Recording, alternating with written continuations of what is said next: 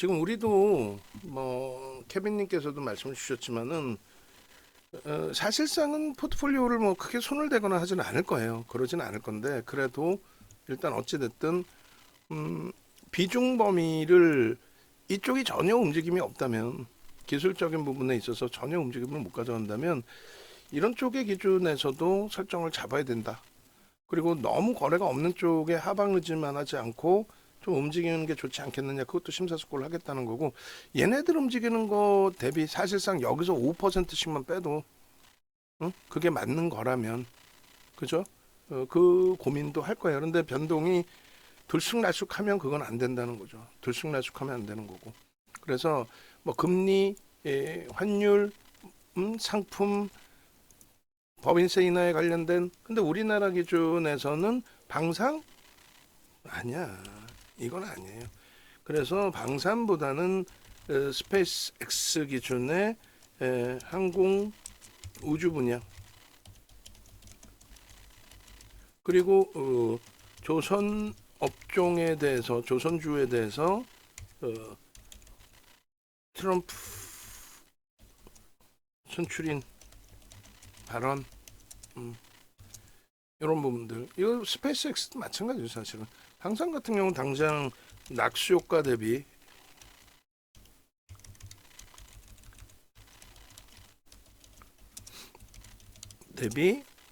우크라이나,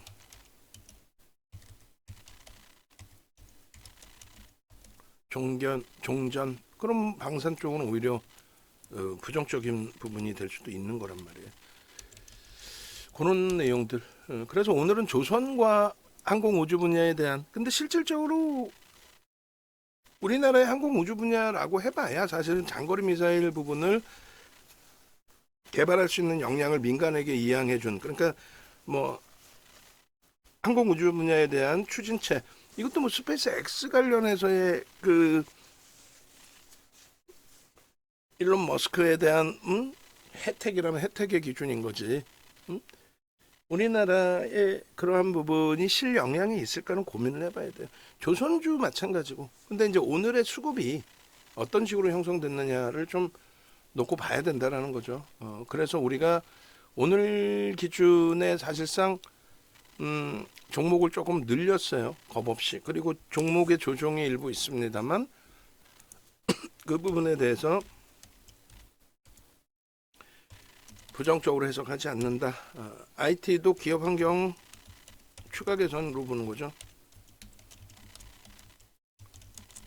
미국 쪽에 나스닥 전혀 문제 없단 말이에요.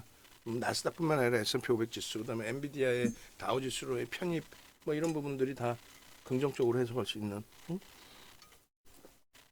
그래서 이제 우리 원고 작업하시는 분은 나 한번 물어볼 거예요. 좀 직접적으로 물어볼 때 대답을 해주시고, 그 종목이 오늘 변동거래량 자르기가 다 벅차면 주요한 것만 잘라도 되니까 4개 다 있으면 좋긴 한데, 그리고 비교 차트, 글로벌 증시 비교 차트, 그 다음에 시가총액 순위, 엔비디아가 1위로 이제 안착이 됐어요.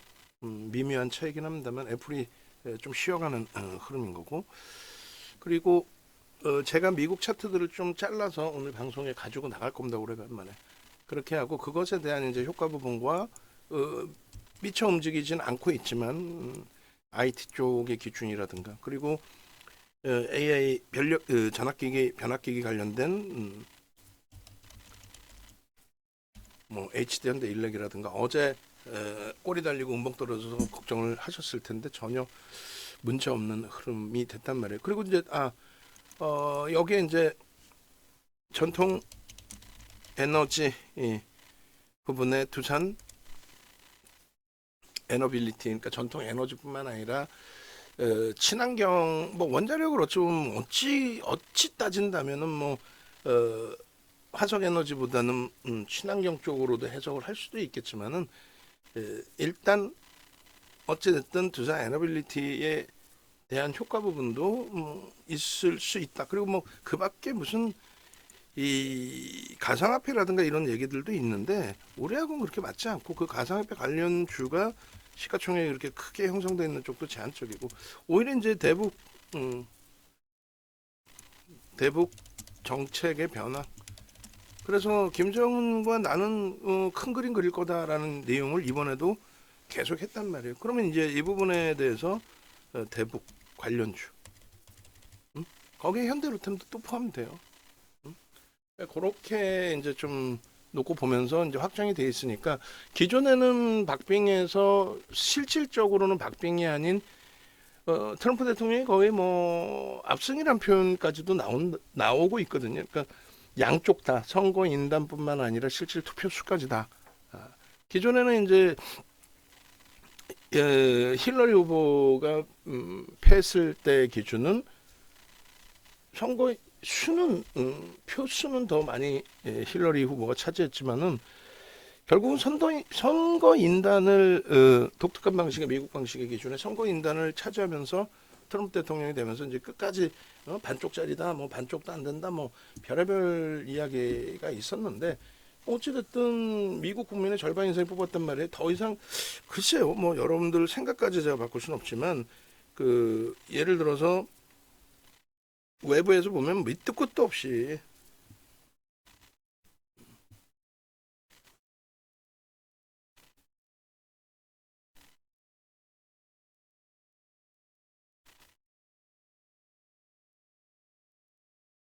밑도 끝도 없이 뭐 이상한 사람이다 이런 거는 그런 거는 이상한 사람인지 아닌지를 여러분들이 직접 경험해 보신 건 아니잖아요. 저도 그렇고 결론은 이제 언론 플레이에 많이 좀 이미 한번 저 이상한 사람이야 트럼프 행동 자체가 이상해 아우 저거 봐봐 응?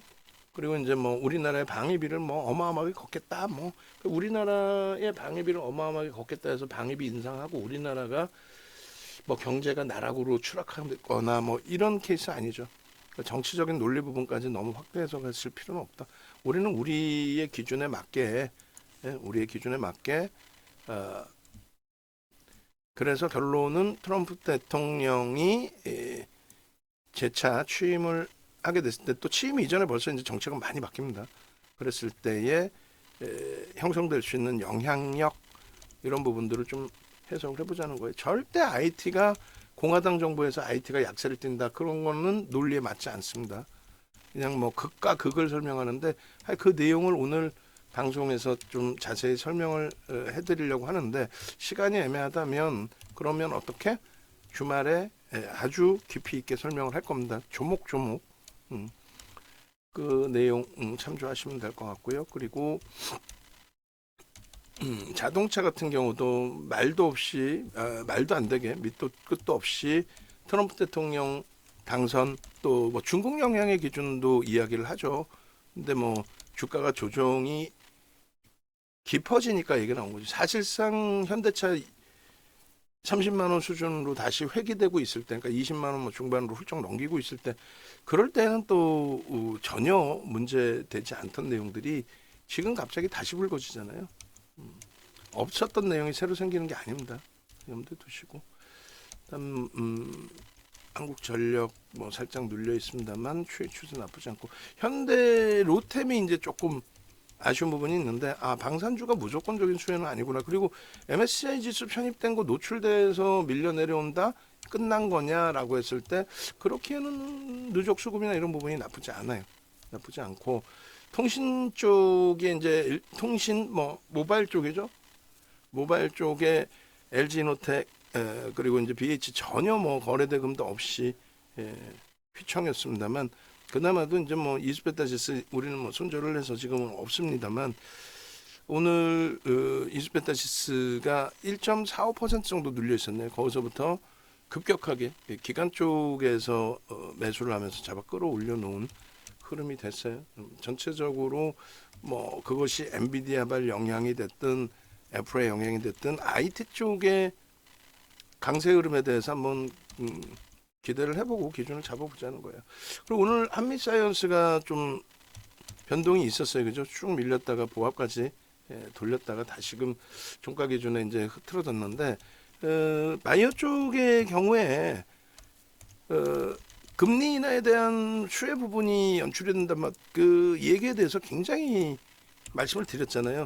작년 그러니까 23년 7월에 마지막 금리 인상이 있었고 23년 7월 이후에 IT든 또 바이오, 우리나라만 특이하게 제약 바이오가 간 거죠. 응? 아니 미국 증시에서 제약 바이오는 시장 수익률 수준인 거고 시장이 원체 강하니까 우리나라에서 속된 표현으로 미친 듯이 갔잖아요. 그 미친 듯이 간 게 고금리에서 갔지 저금리에서 갔어요? 금리 인하에 대한 기대감 때문에 갔다라고 그게 표현이 될 수 있는 거예요? 될 수 없는 거지. 응? 그럼 IT는 금리 인하에 기대감이 없는 거야. 똑같이 조달 금리가 낮아지는데, 그러니까 어떤 건 맞고 어떤 건 그러니까 기준점이 명확해야지. 예? 기준이 명확해야죠. 금리 인하의 기준에서 성장주들이 간다라고 했다가 아 근데 IT는 못 가. 왜? 그냥 못 가. 지금 못 가잖아. 그러니까 못 가. 응? 그렇게 밑도 끝도 없이 이야기가 되면 안 된다는 거예요. 그래서 객관적으로 말씀을 드릴 때 고금리이기 때문에 IT든 제약바이오든 성장주들이 간다. 고금리이기 때문에. 그러면 이제 금리가 고금리로 갈 것이냐라고 했을 때 트럼프 공화당 정부 선호도는 고금리를 선호합니다. 민주당이 이제 고금리를 선호하고 트럼프는 원래는 공화당 약세 기준을 선호하거든요. 근데 부자 감세를 통해서 경기가 살아나는 기준이 된다면 고금리를 선호하는 게 아니라 고금리가 될 수밖에 없는. 그리고 실질적으로는 보도자료 보면은 뭐 법인세를 인하해 주기 때문에 금리를 급격히 내릴 수 없어서 그래서 금리 인하의 속도가 더뎌질 것이다. 그래서 그 기준에 환율이 달러 강세가 될 것이다. 그래서 엔화가 약세를 띈 거다. 뭐 이런 식으로 해석을 해요. 나쁜 해석이거나 잘못된 해석은 아닌데 그것을 자칫 조금만 잘못 옮기면 어떤 상황이 되냐면 트럼프 대통령이 고금리를 좋아한다. 이렇게 해석이 될 수 있어요. 그거는 말이 안 맞는 거예요. 트럼프 대통령 그 집권 말기 뭐 중간 선거 기준 넘어서부터죠. 그러니까 16년도에 트럼프 대통령이 당선이 됐어요. 16년 11월에. 그리고 이제 파월 의장을 그때 이제 선임을 한 겁니다. 자리에 앉힌 거고. 그러고 나서 지속적으로 악을 쓰죠. 금리 낮추라고. 지속적으로. 법인세 감액을 해주고 그러니까 법인세를 인하해 주면서 그러면서 금리까지 내리라는 거예요. 그럼 미치는 거지. 연준 의장 입장에서는 미치는 거 아니에요. 인플레이션 당장 어떻게 하려고 법인세를 낮춰주고 금리까지 낮추라는 거야. 법인세 낮춰줘서 기업이 잘 되면 유동성이 확장이 되는데 그걸 어떻게 그렇게 하려는 거야. 말 같지도 않은 소리잖아. 여기 뭐 속단 편으로 개겼지. 근데 그렇게 해서 되냐고 악을 쓰는데 인명권자가. 그러다 보니까 두 손 들은 거예요. 두 손 들어가지고 결론적으로 금리 인하를 2018년 12월까지 금리 인상한 이후에 19년도 들어서 금리를 인하를 하죠. 그러니까 트럼프 대통령이나 모든 어느 국가든 중앙정부는 어마어마한 인플레이션이 아닌 이상은 금리를 인하하고 싶어 해요. 왜 금리를 인상합니까? 돈 뿌리고 싶지. 내 재임 기간 동안에 돈 뿌려서 인기 좀 얻고 그 다음 정부가 들어와서 죽거나 말거나 난 모르겠고 그게 일반적인 기준이란 말이에요. 그래서 함부로 트럼프 대통령이 고금리를 좋아해.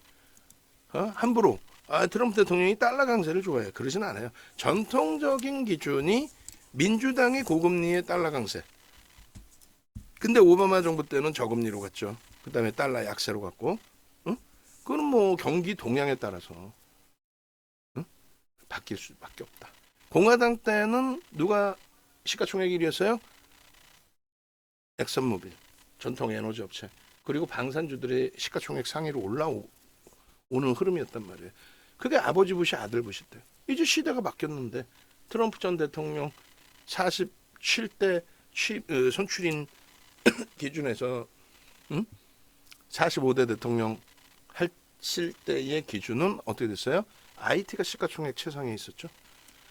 그러니까 결코 뭐 민주당 때는 이렇고 저렇고 뭐 그러진 않아요. 다만 극명하게 좀 엇갈리는 쪽은 있습니다. 그러니까 신재생 에너지 부분 같은 경우에 민주당은 공식적으로 신재생 에너지 쪽 업체에서 후원금이 많이 들어오다 보니까 그 정책을 쓰죠. 그래서 탄소 배출권 당선되자마자 탄소 배출권에 대해서 바이든 대통령이 지금 흐지부지 돼 있잖아요, 사실. 그죠? 어? 그리고 이제 오바마 정부 때에도 환경청에서 과도한 세금을 부과합니다. 환경세를 부과합니다. 누구에게? 전통 에너지 업체들, 석탄, 석유 개발하는 업체들. 그래서 대규모 이제 행정소송에서 결국은 승소를 했죠. 업체들이. 환경청이 그렇게 과도한 세금을 부여할 수 있는 권한이 있는 것은 아니다. 월권 행위를 했다. 이런 식으로. 그렇게 기준이 잡히는 거예요. 그래서 그 부분에 이제 좀 엇박자의 흐름은 있을 수 있어도 그렇다고 트럼프 전 대통령이 그 당시에 집권했을 당시에 신재생 에너지가 무너져 내렸는데 그 정도까지는 아니고요. 전통 에너지 업체들이 날라다녔냐 그런 정도까지는 아니고요. 그래서 지금 이제 뭐 하여간에 일단은 테슬라의 기준에서도 수혜가 일부 있을 수도 있다라는 이제 기대 요인이 있는데 그래서 13% 14%까지 막 폭등이 나왔는데 이 항공 우주 분야 스페이스 X 부분에 대해서 좀 더 언급을 하고 있는 거고 트럼프 대통령 기준에서는 아예 대놓고 전기차에 대해서는 육성하지 않겠다. 전통 자동차에 대해서 그 부분에 대해서 다시금 지원을 하겠다. 뭐 이런 수준이라서 2차 전지가 결국은 어제 급락에 의해서 오늘 추가적으로 폭락이 나왔죠. 추가적으로 뭐 폭락까지는 아니고 조정이 나왔습니다. 특히 이제 뭐 그 선대인이 또 박순혁이 관련돼 있는 그것도 선액 100% 선액 매매 제가 볼 때는 그렇게 해서 엔캠 같은 종목도 오늘 와장창 무너졌네요. 10만 원이 이탈돼도 엔캠도 이상할 건 없어요.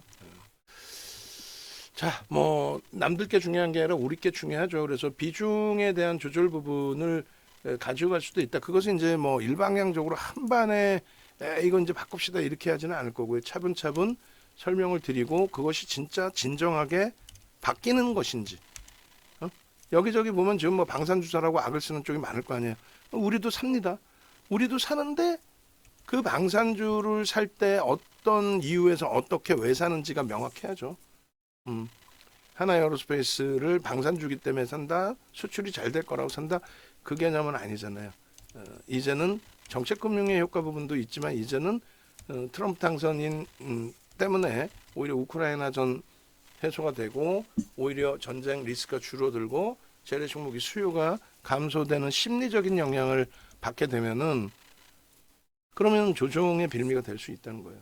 그걸까지 조심을 하자는 거예요. 그래서 오늘 하나에어로스페이스 40만 원대 찍고 나서 밀렸을 때 차익 실현도 고민을 했는데 뭐 스페이스 X 관련된 내용도 나오고 했기 때문에 한 템포 더 본 겁니다. 수급이 꼬이거나 하면은 오히려 정리할 수도 있는. 그리고 현대로템은 두 가지를 봅니다. MSCI 지수 편입 기준하고 대북 정책의 변화 부분에 있어서 혹시라도 2018년처럼 철도주가 부각이 된다면 그때는 이제 뭐 그 노무현 대통령 정부였나요? 2018년도가 아닌가? 어떻게 되나 헷갈리네. 죄송합니다. 문재인 대통령 죄송합니다. 이렇게 아무 생각이 없어요. 죄송합니다.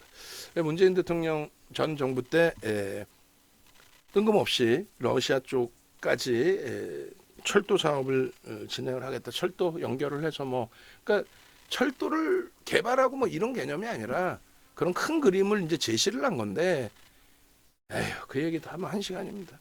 말 같지도 않은 그 테마가 형성이 됐고 단기간에 살짝 한번 슈팅이 나왔던 거지 그것이 뭐 엄청나게 진행되지는 않았어요. 결국은 뭐 아난티도 그때 끝물에서 잘해먹고 곤두박질 쳤죠.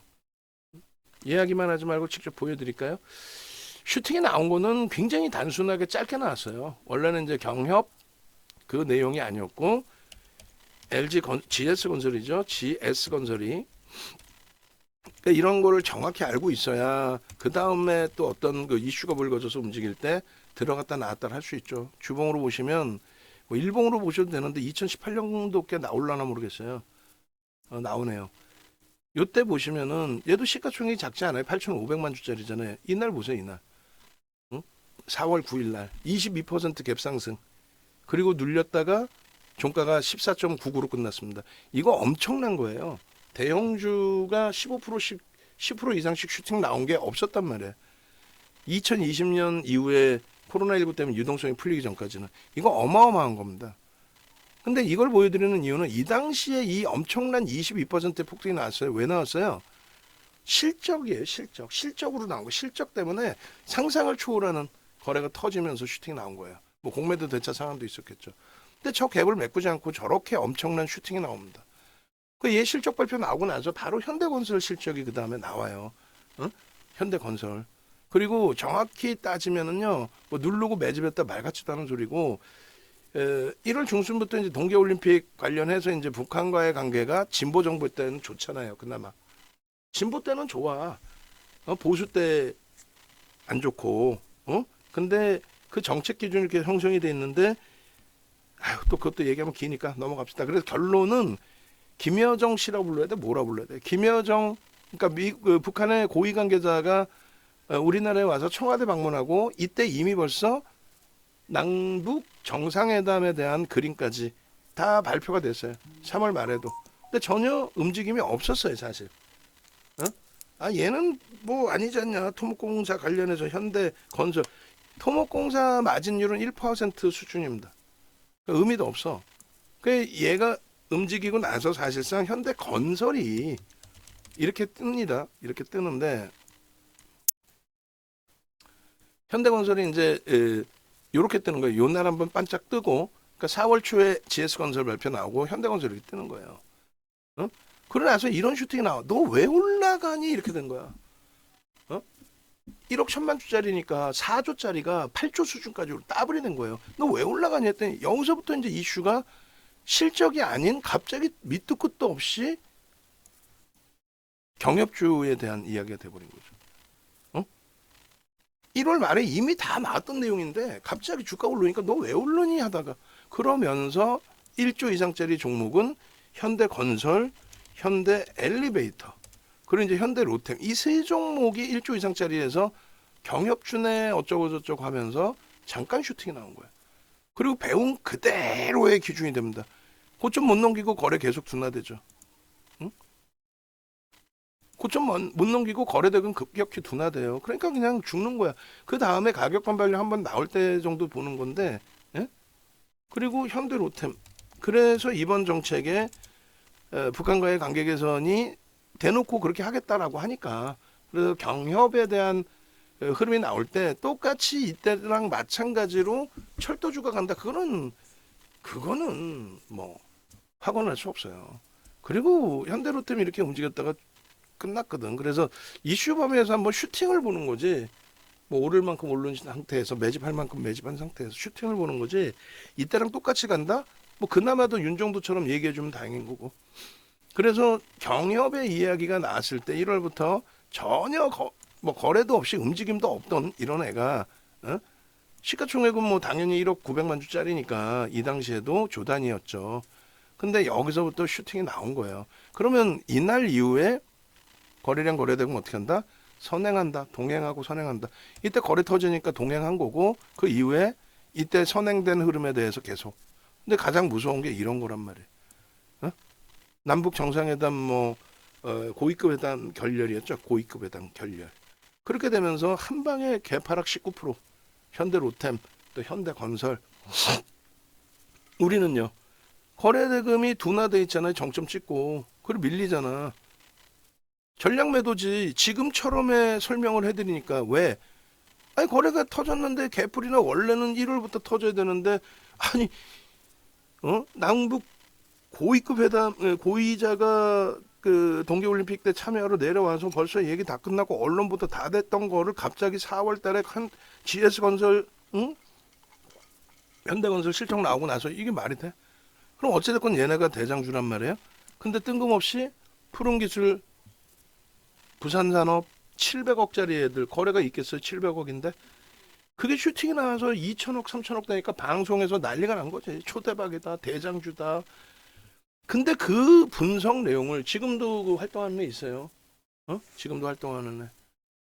원래 부동산 그 기획부동산 운전기사 대리 한번 했다가 자기 친구가 여행 간다고 기획부동산 그 좀 한번 해달라고 운전 좀. 거기서 주식 듣고 본인이 얘기한 거 본인이. 그래 주식 바닥에 들어온 거 주식 하나도 오르고. 근데 이미지가 굉장히 좋아 애가. 뭐 제 또래예요. 저보다 한 살 어린가 그래. 한경에 황금 대바닥 주 맨날. 어? 그래 결론은 여기서 언제 들어가겠어요? 이게 주봉인데 현대 로템이든 현대 건설이든 똑같단 말이야. 이런 데서 마지막 슈팅은 이럴 때 들어가 놓고 개파랗게 막 죽고 난리가 나고 그러면은 그 당시에 끝내줘야 되는데 기술적 분석도 못해. 얘네들의 이 근거는 뭐냐면 대우증권에서 이 당시에 5개짜리의 보고서를 내놨어요. 5개짜리. 보고서가 5가지인데 굉장히 이런 페이지 수로 한 100페이지 가까이 나올 거예요.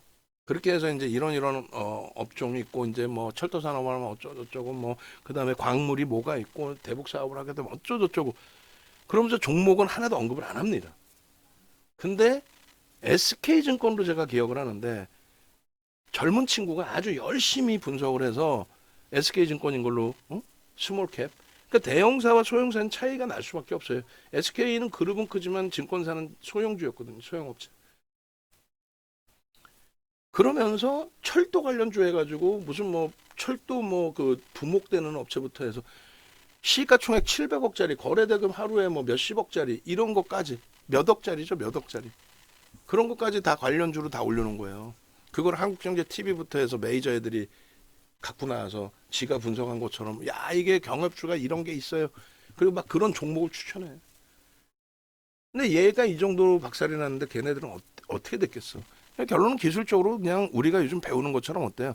거래대금 반짝 한번 터지고 그때 한번 슈팅 나왔고 그리고 나서 끝이잖아. 우리는 어디서부터 들어? 농담이 아니라 최소 여기. 최소 여기지. 여기서 당연히 들어가는 거고. 거래 터지고 슈팅인데 왜 안 들어가? 그다음 여기. 거래 없으면 다 팔고 끝내. 이런 거 맞아 보지도 않았고. 그리고 결국은 거래 없잖아. 어? 여기서 정확히 장악형 떠요.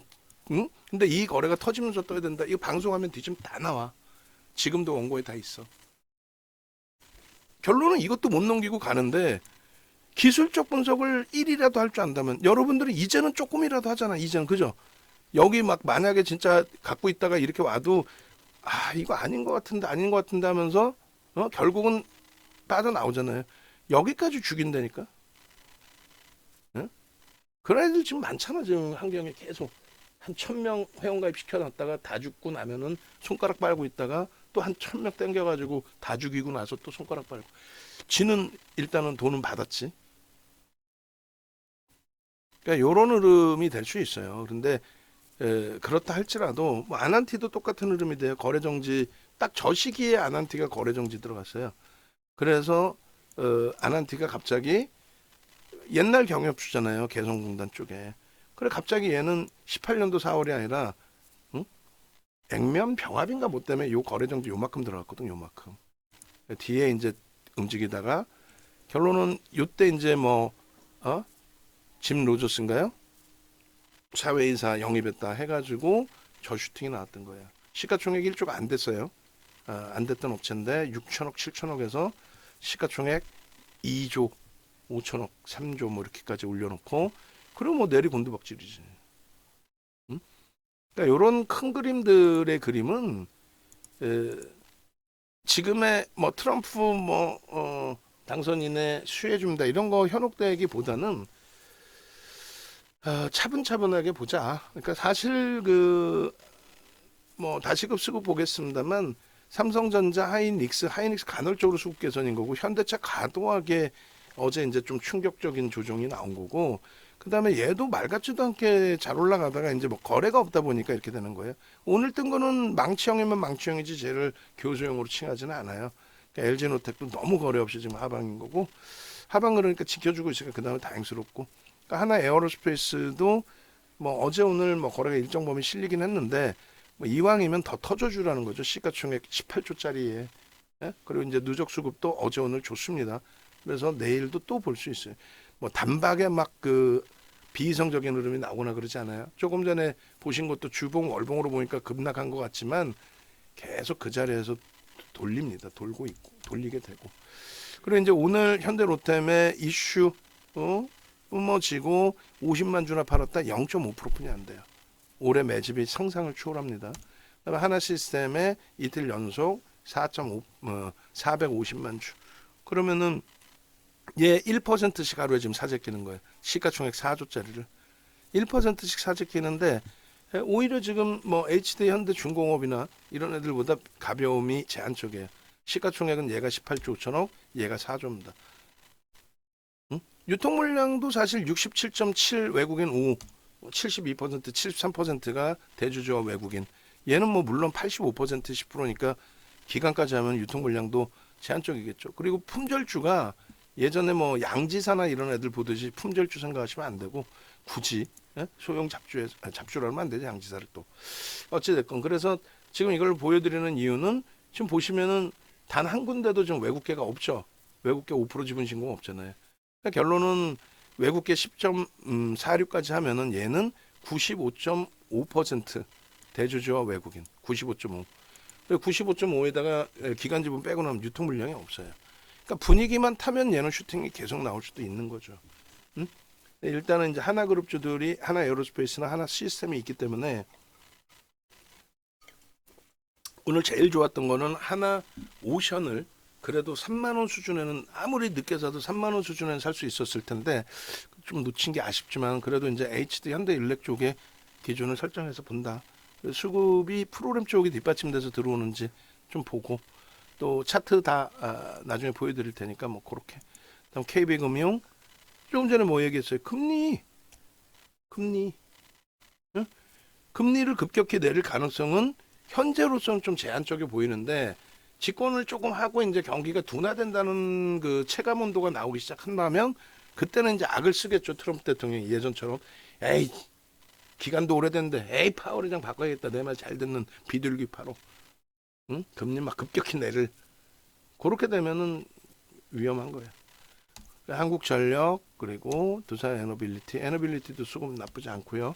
두산 바켓의 충격 벗어나고 있고 BH도 과도합니다. 과도한 기준에서 빠르게 좀 슈팅 나와주기를 첫 번째 두 번째 슈팅만 나와도 BH도 움직이긴 편해질 거란 말이에요. 그리고 한미사이언스 28일까지 이슈 범위에서 한번 슈팅 한번 제대로 나오면 그때 또 움직이는 걸로.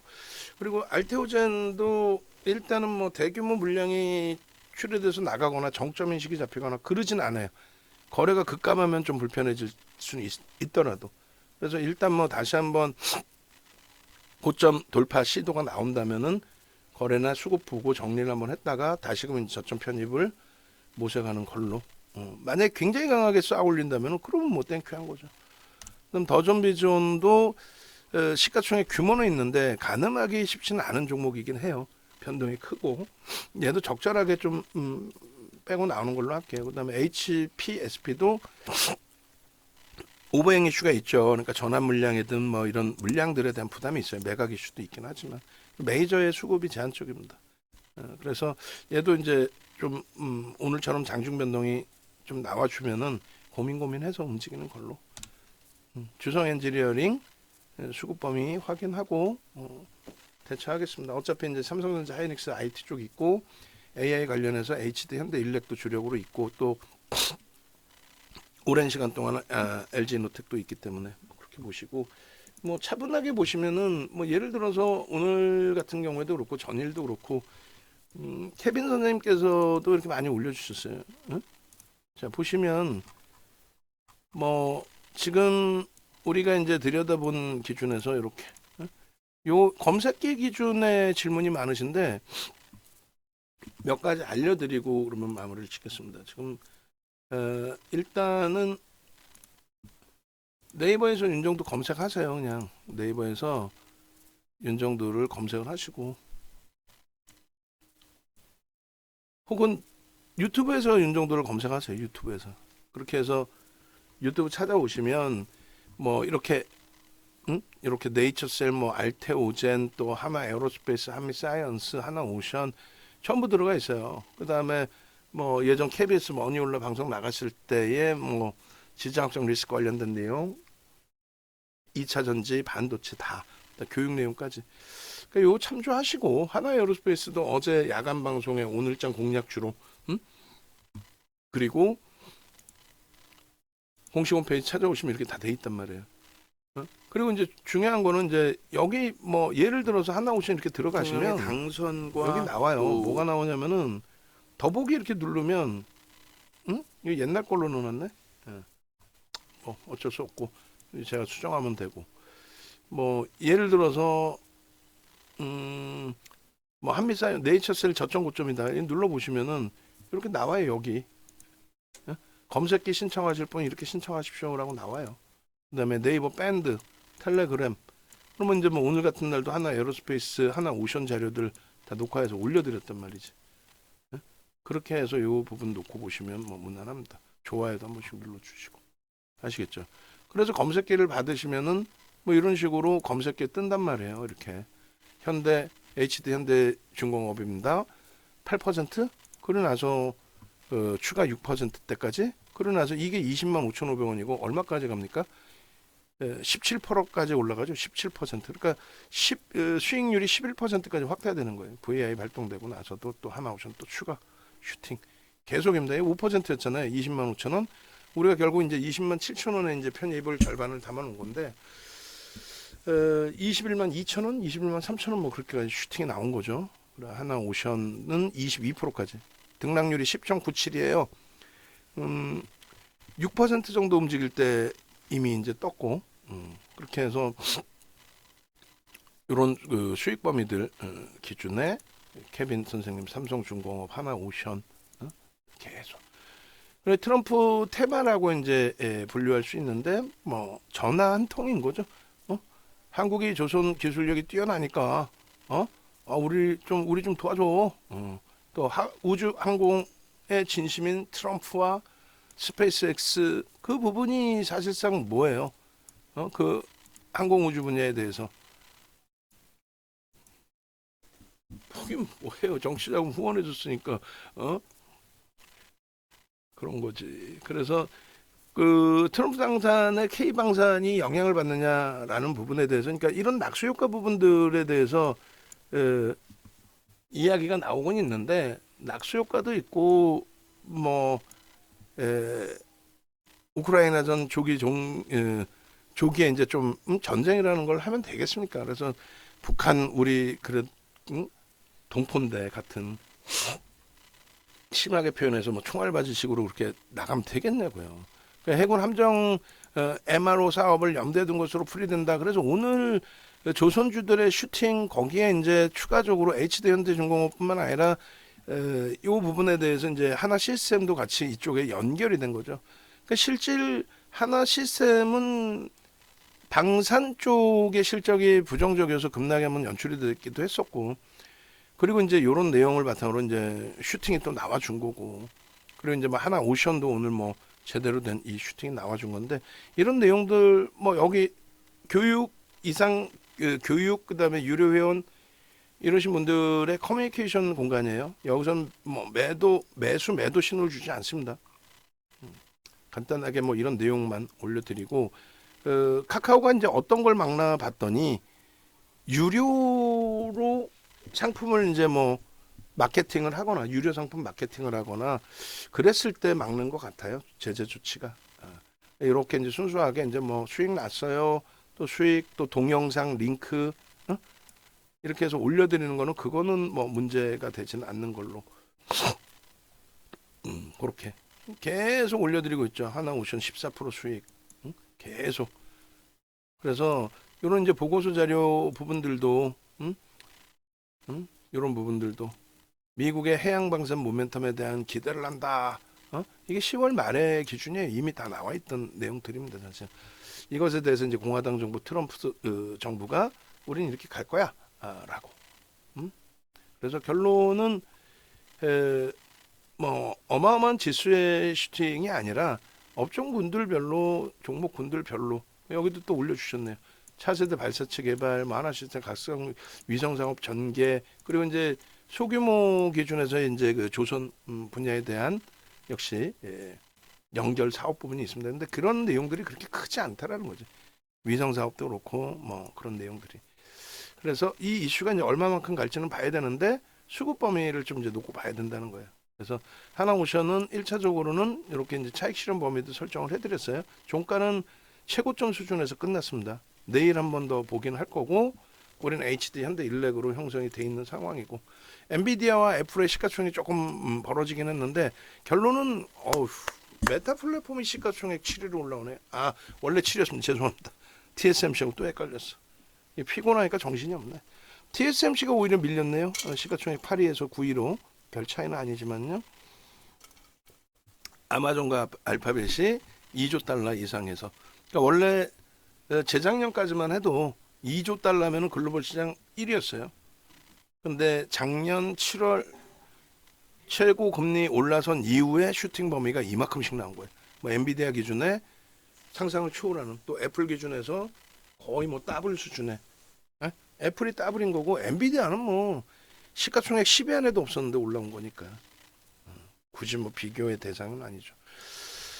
자 그렇게 해서 일단은 자신감 가지실 만한 장세가 됐다. 변동성이 다시 나와줄 수 있는 장세가 됐다. 다만 이제 여기서 계속 순환성의 종목군들만 움직이는 게 아니라 전체 슈팅이 좀 잘 나와줘야 된다. 순환성의 흐름이라는 거는 오늘 시장 지수가 제한 쪽이었잖아요.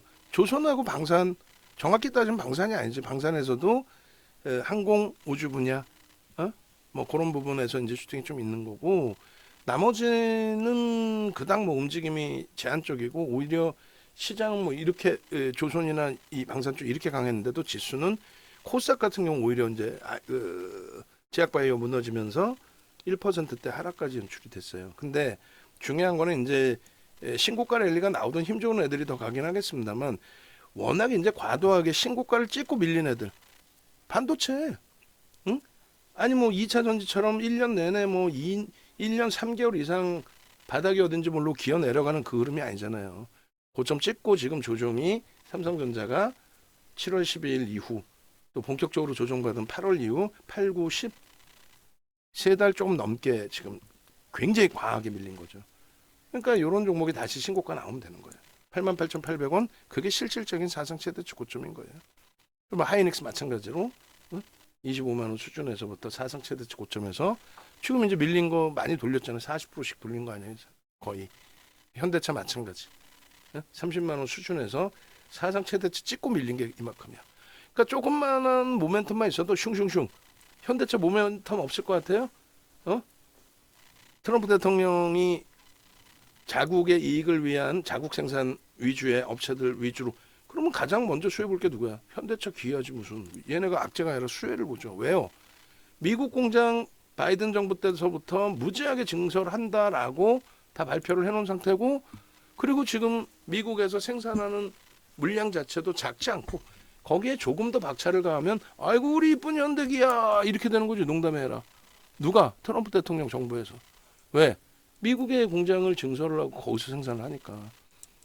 응?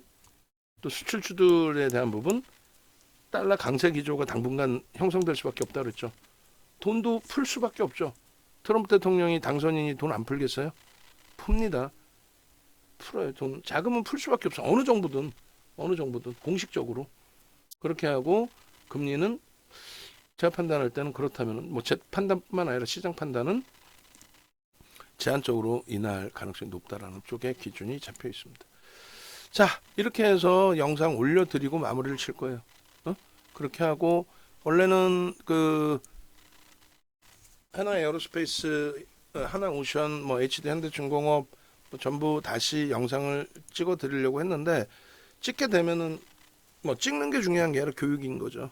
그렇게 되면은 공지를 해드릴게요. 유료방에는 그렇게 해서 마무리를 할게요. 지금 요 시황이 준비된 자료가 제한적이라 제한적으로 말씀드리고 있지만은 내용은 굉장해요. 주말까지 제가 자료 다 취합해서 예전처럼 조목조목 여기 적혀 있는 그대로 금리, 환율, 상품, 부자 감세, 뭐 방산, 또 스페이스 X 관련된 연속성, 그 다음에 조선주에 관련된 연속성이 있을까에 대한 내용, 또 이거에 대한 기술적인 부분까지 전부 다 설정을 해서 말씀을 드리고 업체별로 종목별로 저평가이냐 이미 다 반영되어 있느냐 주가가 그런 부분까지 싹 다 정리를 해드리겠습니다.